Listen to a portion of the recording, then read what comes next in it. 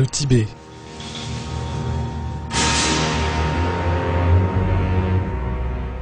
Pays où le bouddhisme règne.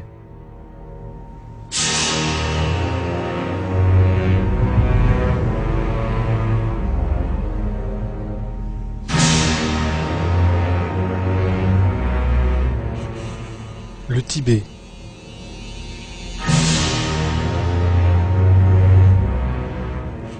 Pays aux nombreux temples. Ils sont tous décorés avec de l'or et des pierres précieuses et ont une apparence somptueuse.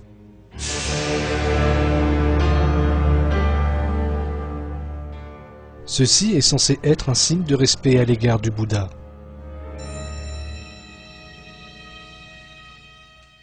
Cet apparat et cette richesse, cependant, forment un contraste saisissant face à la pauvreté du peuple.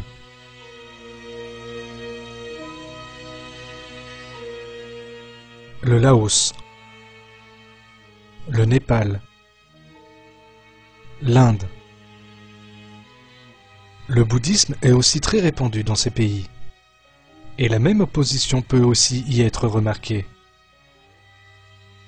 Des temples magnifiques, somptueux, et des peuples tourmentés par la pauvreté.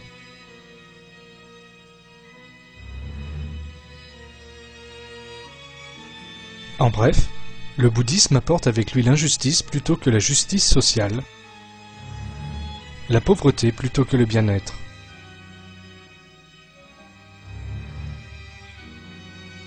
L'un des aspects les plus saisissants du bouddhisme est cette pratique de rituels étranges faits de superstitions.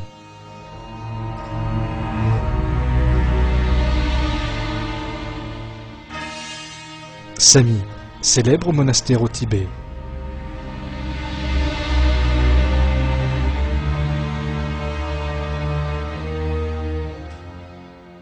Une cérémonie s'y déroule.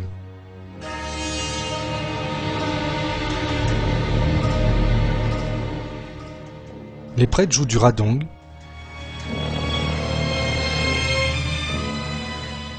trompette de 4,50 m de long.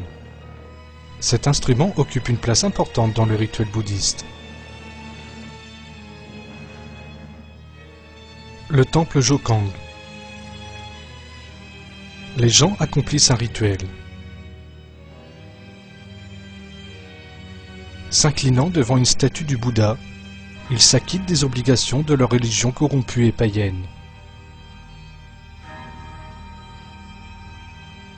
Les bouddhistes dans ce temple à Katmandou perpétuent aveuglément les traditions transmises de leurs ancêtres, ne remettant jamais celles-ci en question quoi qu'il arrive.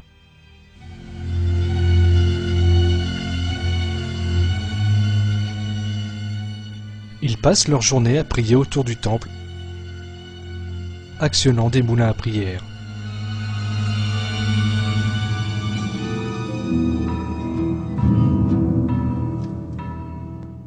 Il y a des centaines de drapeaux à l'extérieur des temples. Ce sont des drapeaux de prière. Selon les croyances superstitieuses bouddhistes, les prières écrites sur ces drapeaux sont dispersées par le vent. Les bouddhistes imaginent donc qu'ils ont fait un acte méritoire. Ceci n'est que mythe et superstition, comme les autres croyances bouddhistes. En effet, les bouddhistes, niant l'existence de Dieu, ne peuvent même pas nommer celui pour qui ils prient.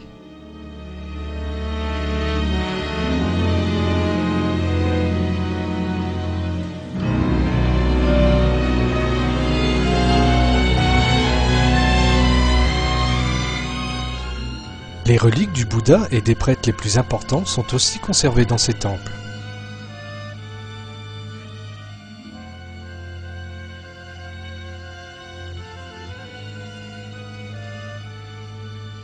Les bouddhistes qui pénètrent dans ces temples vénèrent les statues du Bouddha.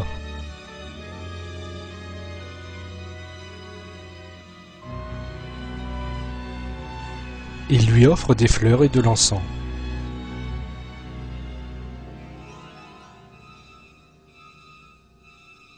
Ils considèrent tous ces rituels comme un chemin vers le salut.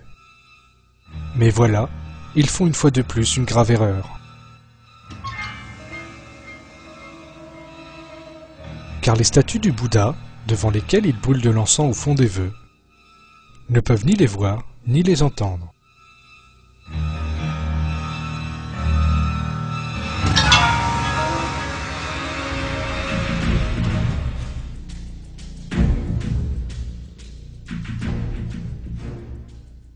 Les avertissements que les prophètes lançaient aux païens autrefois s'appliquent donc aux bouddhistes d'aujourd'hui.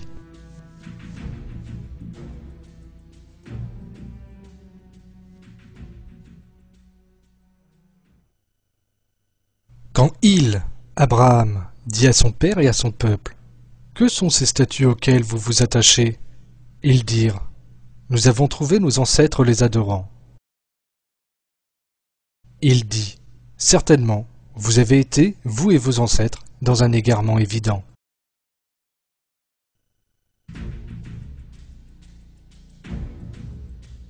Si les bouddhistes qui perpétuent aveuglément les traditions de leurs aînés avaient réfléchi, ils auraient vu la terrible erreur qu'ils étaient en train de commettre. Le Bouddha qu'ils vénèrent est impuissant et semblable à tous les mortels. De la même façon qu'il a créé toutes choses dans l'univers, Dieu a aussi créé Bouddha. La seule entité digne d'être servie est Dieu le Tout-Puissant.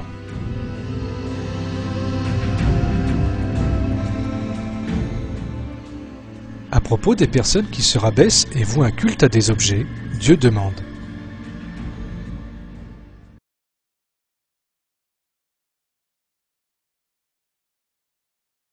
est-ce qu'ils assignent comme associés ceux qui ne créent rien, et qui eux-mêmes sont créés, et qui ne peuvent ni les secourir, ni se secourir eux-mêmes?